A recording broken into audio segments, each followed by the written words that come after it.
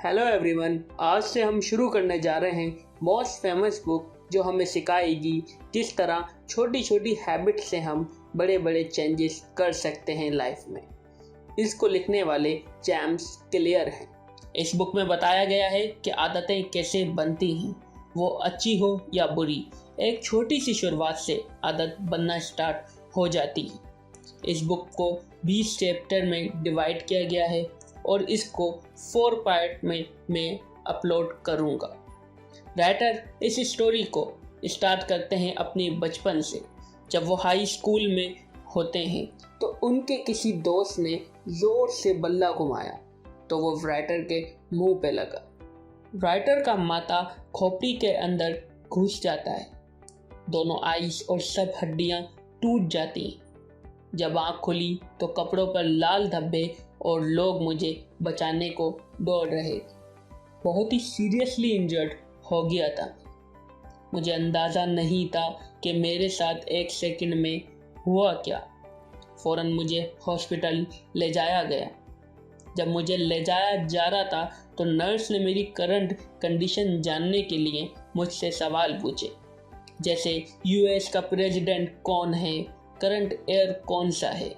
जिन सब सवालों के जवाब मैंने गलत दिए क्योंकि मेरे दिमाग में सूजन भरती जा रही थी। मुझे सांस नहीं आ रही थी। बहुत बुरी हालत हो गई थी उस वक्त मेरी। माँ मेरे साथ थी और मैं वेंटिलेटर पे था। जैसे जैसे दिन ढलता गया वैसे वैसे मेरी ज़िंदगी मशीनों पे डिपेंड होते चले गई। और जब ये बुरा वक्त निकला तो मैं अपने सूंघने की सलाहियत खो चुका था। हालांकि वो बाद में वापस आ गई थी, लेकिन मैं चीज़ों को सूंघने के लिए सांस जब अंदर लेता तो हवा मेरी नाक से भी नहीं बल्कि आँख के पास जो मेरे फ्रैक्चर था उस वाली जगह से आती थी और आँख की बॉल भी मेरी बाहर आ रही थी। ऐसी हालत हो गई थी। डॉक्टर बोला धीरे धीरे ये अंदर जाएगी, लेकिन कंफर्म नहीं कब तक जाएगी। 1 हफ्ते बाद फिर से मेरी सर्जरी थी। मुझे बुलाया गया था। मेरे लिए आने वाले महीने बहुत ज़्यादा मुश्किल थे, बहुत ही मुश्किल। ना मैं सीधा देख सकता था, जो भी चीज़ देखता वो दो दो दिखाई देती थी। एक टाइम के लिए तो ऐसा लगा कि मेरी आंखों की रोशनी वापस नहीं आएगी। थोड़ा टाइम लगा लेकिन आंखों की रोशनी फिर से वापस आ गई। आफ्टर 8 मंथ में कार चला सकता था। बार बार खुद से कहता कि चोट को खुद पे हावी नहीं होने दूंगा, लेकिन ऐसा कहने के कुछ ही मिनट बाद उदासी सी आ जाती थी क्योंकि 1 साल से मैं बेसबॉल ग्राउंड से बिल्कुल दूर था। मेरी लाइफ का मोस्ट इम्पोर्टेंट पार्ट था। मैं बता नहीं सकता। मेरी विश थी वापस जाकर ग्राउंड पर खेलने की, क्योंकि 4 साल की एज में मैं बेसबॉल खेल रहा था। इतना टाइम और इतनी मेहनत लगी थी और उन्होंने मुझे निकाल दिया।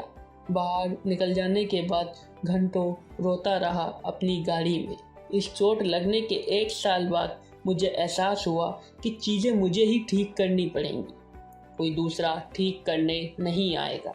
बस ये कहना था तो मेरे अंदर कॉन्फिडेंस आने लगा और मुझे लगा कि मैं ये चीज़ें ठीक कर सकता हूँ। और ये फीलिंग मुझ में जब आई जब मैं डैनसेन यूनिवर्सिटी गया। वहाँ जाकर मैंने शुरू से स्टार्ट किया। मैं अपने कॉलेज का एथलीट बनने में कामयाब रहा क्योंकि उस वक्त तक मैंने अपने हैबिट्स पे कंट्रोल करना सीख लिया था। मेरे साथ के दोस्त देर देर रात जागकर वीडियो गेम खेलते थे। उस वक्त मैं अच्छे नींद की आदत बना रहा था। हर रात जल्दी सोने की आदत डाली। कॉलेज हॉस्टल की गंदी दुनिया के बीच में अपने रूम को साफ सुथरा रखने की कोशिश करता। इस आदत को डाला। ये सुधार बहुत छोटे छोटे थे, लेकिन इनसे कॉन्फिडेंस बिल्ड हो रहा था। और ऐसे ही स्मॉल हैबिट्स से मैंने कॉलेज टाइम में ही कमाई करना शुरू कर दी थी।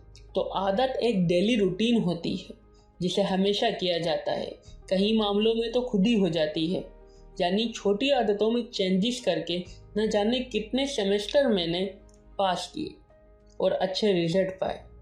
मैंने वेट लिफ्टिंग भी शुरू कर दी थी। एक आदत बना ली थी लगातार 1 हफ्ते की करने के बाद मेरी लाइफ का ये पार्ट बन गई थी। दोस्तों, इंसिडेंट के सिर्फ 6 साल की बात है कि राइटर को वो ऑनर दिया गया जो पूरे देश में सिर्फ 33 लोगों को मिलता। यकीन मानो, इस बुक में लिखी गई सारी बातें आपको आपकी कैपेसिटी से मिलवाएंगी, आपको बताएंगी कि आप में क्या कैपेसिटीज़ हैं, कैसे चीज़ों को कर सकते हो। क्योंकि मुझे वो चोट लगी थी, उसने मुझे सिखाया हम जो लाइफ में छोटे छोटे चेंजेस करते हैं, वो छोटे चेंजेस एक इन्वेस्टमेंट की तरह होते हैं। वो छोटे इन्वेस्टमेंट आपको बहुत सारा रिटर्न देंगे, बड़े इंटरेस्ट के साथ देंगे। हम सबको अपनी लाइफ में नाकामियाँ मिलती हैं, कोई भी ऐसा नहीं जिसको ना मिलती हो, लेकिन सुकून से एनालाइज करने के बाद अगर आज जो बड़ी नाकामयाबी हमें मिली है तो उसके पीछे छोटी छोटी बैड हैबिट्स होंगी, छोटी आदतें खराब थी इसलिए बड़ी नाकामयाबी मिली, लेकिन इन्हीं आदतों को चेंज करके कुछ बड़ा पाया जा सकता है। मैं हमेशा से चीज़ों को छोटे लेवल से करना शुरू करता था। इस बुक को लिखने की कहानी भी ऐसी है। नवंबर 2012 में जेम्स क्लियर ने jamesclear.com पे लिखना शुरू किया। उनका अपनी आदतों के बारे में जो भी पर्सनल एक्सपीरियंस था, उन्होंने इसको छोटे छोटे नोट बनाना स्टार्ट कर दिए थे और फिर हर मंडे एंड थर्सडे को वो हर नया नोट पब्लिश कराते थे अपनी वेबसाइट पर। ऐसे शुरू किया। मुझे कुछ महीनों में इस आदत से 1000 सब्सक्राइबर मिल गए थे। 2013 आते आते मेरे यही 1000 सब्सक्राइबर 30,000 में बदल गए और 2014 में 1 लाख पर हो गए। और उसके बाद इंटरनेट पे ये सबसे तेज़ बढ़ता हुआ न्यूज़लेटर बन गया, बाकी न्यूज़लेटर की तरह। स्टार्ट में तो मुझे लिखने में काफ़ी आलस आता था, लेकिन जब आदत बन गई तो मुझे हैबिट्स का एक्सपर्ट माना गया, एक नया लेवल जिसने मुझे मोटिवेट किया। इसके बाद मैंने पब्लिशिंग हाउस के साथ मिलके ये बुक लिखी, जिसको आप सुन रहे हैं या आप पढ़ते हैं। जैसे जैसे मेरे रीडर्स बढ़ते गए, वैसे वैसे मुझे बिजनेस का मौका मिलने लगा, पब्लिक स्पीकर की तरह काम करने लगा, काफ़ी बड़ी कंपनीज मुझे बुलाने लगी और 2016 आते आते तो मेरे लिखे हुए notes time and big newspaper में पब्लिश होने लगे। मुझे यकीन नहीं हो रहा था कि 1 साल में मुझे पढ़ने वालों के नंबर्स 8 मिलियन क्रॉस कर जाएंगे। 2017 में मैंने हैबिट एकेडमी शुरू की, वहाँ से भी करीब 10,000 लोगों ने ग्रेजुएशन कर ली। इन सब एक्सपीरियंस ने मुझे सिखाया ये small small changes and habit की वजह से बड़े बड़े चेंजेस में लेके आया। तो दोस्तों, इस बुक को पढ़ने के बाद आपका माइंड ओपन होगा। राइटर ने जो कुछ भी लिखा है इस बुक में, उसे साइंस भी सपोर्ट करता है एंड अदर सब्जेक्ट भी उसे सपोर्ट करते हैं। तो चलें दोस्तों, अब हम इसके सेकंड चैप्टर की तरफ मूव करते हैं। इस बुक में जेम्स क्लियर ने प्रोसेसिंग को बेहतरीन वे से डिफ़ाइन किया।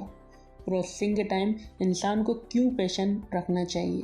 फॉर एग्जाम्पल, आप एक रूम में हो और आपके सामने टेबल पर आइस क्यूब रखी है और उस वक्त रूम का टेम्परेचर 25 डिग्री सेल्सियस है और उस वक्त वो टेम्परेचर आइस को मेल्ट होने नहीं दे रहा। अब आप बर्फ़ पे ध्यान दें और थोड़ा सा टेम्परेचर को बढ़ाएं, 26 डिग्री, 27 डिग्री, 28 डिग्री। वो आइस क्यूब अभी तक टेबल पर जैसा था वैसे का वैसे ही पड़ा है। अब आप 29 डिग्री करें या फिर आप 30 डिग्री करें, चलें अब हम 31 डिग्री सेल्सियस कर देते हैं, लेकिन अभी भी कुछ नहीं हुआ। वो आइस क्यूब वैसे का वैसे ही अभी बिल्कुल उस टेबल पे पड़ा है। लेकिन जैसे ही रूम का टेम्परेचर 32 डिग्री सेल्सियस पर पहुंचा, बर्फ़ पिघलना शुरू हो गई। अब यही समझने वाली बात है कि टेम्परेचर में 1 डिग्री सेल्सियस की चेंज से बहुत बड़ा चेंज कैसे आया। तो ये ब्रेक थ्रू जो मूवमेंट हुए, ये प्रीवियस वर्क का रिजल्ट था। आपने पास्ट में जो भी काम किए हैं, वही चीज़ आपके रिजल्ट को बिल्ड करती है, बनाती है। कैंसर जो होता, उसकी 80% लाइफ ह्यूमन बॉडी में होती है, वो दिखाई नहीं देता, लेकिन जब सामने आता है तो सिर्फ 1 मंथ में पूरी बॉडी को फिनिश कर देता है। बैम्बो यानी बांस। चाइनीज बैम्बो स्टार्ट के 5 ईयर में तो बहुत मुश्किल से दिखाई देता है। दिखाई तो छोड़ो, वो तो देखने को भी नहीं मिलता है। पानी डालते रहते हैं लेकिन वो ऊपर नहीं आता, क्योंकि उस टाइम वो ज़मीन के अंदर रहकर अपनी जड़ें तैयार कर रहा होता है। लेकिन 5 साल बाद सिर्फ 6 वीक में बांस की लंबाई 90 फीट तक पहुंच जाती है। उस बांस को 6 वीक में जो सक्सेस मिलने वाली है, वो 5 साल तक वो बैम्बो उसे संभालने के लिए अपनी जड़ें तैयार कर रहा होता है। इसी तरह हमारी डाली हुई छोटी छोटी आदतें तब तक दिखाई नहीं देती जब तक हमें कोई फ़र्क इनसे नहीं पड़ता। लेकिन जब ये एक नए लेवल पर पहुंच जाती हैं तो या तो हमें इनसे बहुत ज़्यादा प्रॉब्लम होती है या फिर बहुत ज़्यादा बेनिफिट। किसी भी नई हैबिट को डालने से पहले उसके रिजल्ट पाने के बीच में एक बहुत बड़ी खाई होती है। उस खाई को हम डिसअपॉइंटमेंट का नाम देते हैं, जैसे मायूसी, जैसे निराशा। यार इतनी मेहनत कर रहे हैं, कुछ हो ही नहीं रहा, क्योंकि हम चाहते हैं कि कामयाबी हमें हमारी आंखों के सामने दिखती रहे, जबकि कामयाबी अंदर होती है। ये बहुत बड़ा पेनफुल मोमेंट होता है जब हमें रिजल्ट कहीं वीक तक नहीं दिखता। वीक तो छोड़ो, कहीं मंथ या फिर कहीं ईयर लग जाते हैं। लेकिन जब दिखता है तो सब कुछ बदल जाता है। तो आदतें बनाकर प्रोसेसिंग चलने दो, उसको रोको नहीं। लोग बहुत छोटे छोटे टास्क हैबिट्स को बनाकर बीच में ड्रॉप कर देते हैं। जैसे कि सुबह सुबह जॉगिंग की आदत डाली और उसको 1 मंथ तक कंटिन्यू रखा, देन उसको छोड़ दिया कि भाई इसका रिज़ल्ट हमें नहीं मिल रहा। 1 मंथ में कोई ख़ास चेंज दिखने को नहीं मिलता, लेकिन अगर हम प्रोसेसिंग में चलने दें तब जाकर हमको रिज़ल्ट मिलते हैं। अब लगातार काम करने के बावजूद सक्सेस ना मिलना उसी तरह हो गया कि आइस क्यूब के लिए टेम्परेचर 25 से 31 तक तो ले आए, लेकिन अब 1 डिग्री सेल्सियस रह चुका है।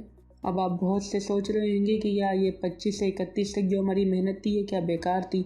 ये मेहनत बेकार नहीं थी, यही चीज़ सबसे ज़्यादा काम की थी, क्योंकि 25 से 31 तक आपकी प्रोसेसिंग हो रही थी और जैसे ही आपने 32 डिग्री सेल्सियस को आपने मूवमेंट की तो वो आइस क्यूब जो है वो मेल्ट होना स्टार्ट हो गई। तो इसी तरीके जैसे ही हम कामयाबी के करीब पहुंचते हैं तो अब हमें एक स्टेप चाहिए होता है, लेकिन कई लोग उस स्टेप से बैक हो जाते हैं और कई लोग उस स्टेप को क्रॉस कर जाते हैं, जिनसे उन्हें एक अच्छा रिजल्ट मिल जाता है और वही आपकी सक्सेस होती है। लोगों को सिर्फ आपका 31 वाला डिग्री सेल्सियस दिखेगा कि यार ये तो रातों रातों सक्सेस हो गया, तो रातों रात कामयाब हो गया। लोगों को चेंजेस और सक्सेस दिखाई देती है, उसकी कामयाबी, उसकी मेहनत नहीं। वो सिर्फ आप देख सकते हैं, क्योंकि आपने सक्सेस पाने के लिए पहले एक छोटी सी आदत बनाई थी और उस आदत पर बने रहे, ड्रॉप नहीं किया, तब जाकर आपको सक्सेस मिली। टाइटैनिक प्लेट्स जो होती हैं वो लाखों ईयर्स तक एक दूसरे को धीरे धीरे धकेलती हैं, एक दूसरे के साथ धीरे धीरे मूवमेंट करती हैं और एक दिन अचानक रिजल्ट आता है अर्थ क्यूब। फॉर एग्जाम्पल, जब आपका कोई काम रिजल्ट नहीं देता तो आप एक पत्थर तोड़ने वाले को देखो, उसको जब वो हथौड़ा मारता है तो वो कई सैकड़ों बार हथौड़ा पत्थर पे मारता है, लेकिन पत्थर ज़रा सा भी नहीं टूटता है। लेकिन फिर एक अचानक से एक चोट दोबारा हथौड़ा मारता है पत्थर पे और उस स्टोन के 2 टुकड़े हो जाते हैं। अब इसका मतलब ये तो नहीं कि वो आखिरी चोट से पत्थर टूटा, बाकी जो पहले वाली जितनी भी चोट या मेहनत थी वो सब बेकार थी। ऐसा नहीं होता, वो सारी चीज़ें प्रोसेसिंग थी और जो पत्थर टूटा वो आपका रिजल्ट था। अगर वो छोटी छोटी चोटें नहीं होती उस पत्थर पे तो शायद ये पत्थर नहीं टूट पाता। उम्मीद करता हूँ राइटर जो बताने की कोशिश कर रहा है आप उसे जान पा रहे होंगे, समझ पा रहे होंगे। इसी के साथ नेक्स्ट पार्ट में मुलाकात होगी।